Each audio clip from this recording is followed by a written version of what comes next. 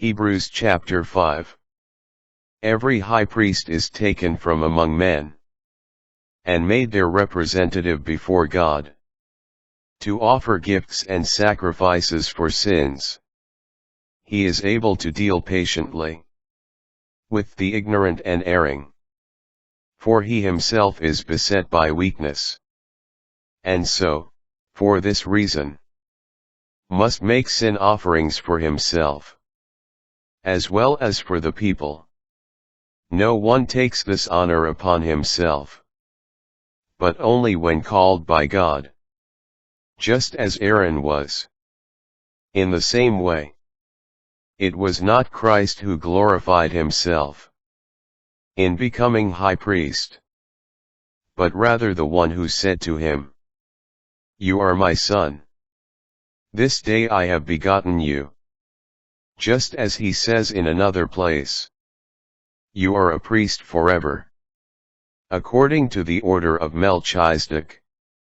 In the days when he was in the flesh, he offered prayers and supplications, with loud cries and tears to the one who was able to save him from death.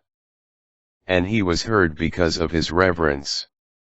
Son though he was, he learned obedience from what he suffered.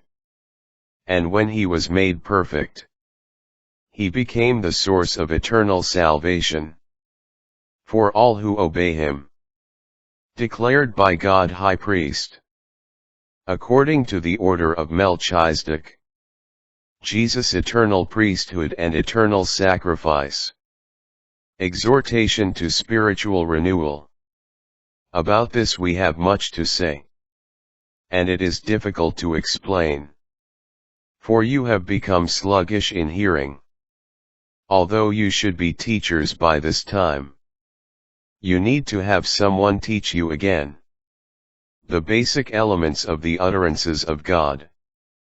You need milk, and not solid food.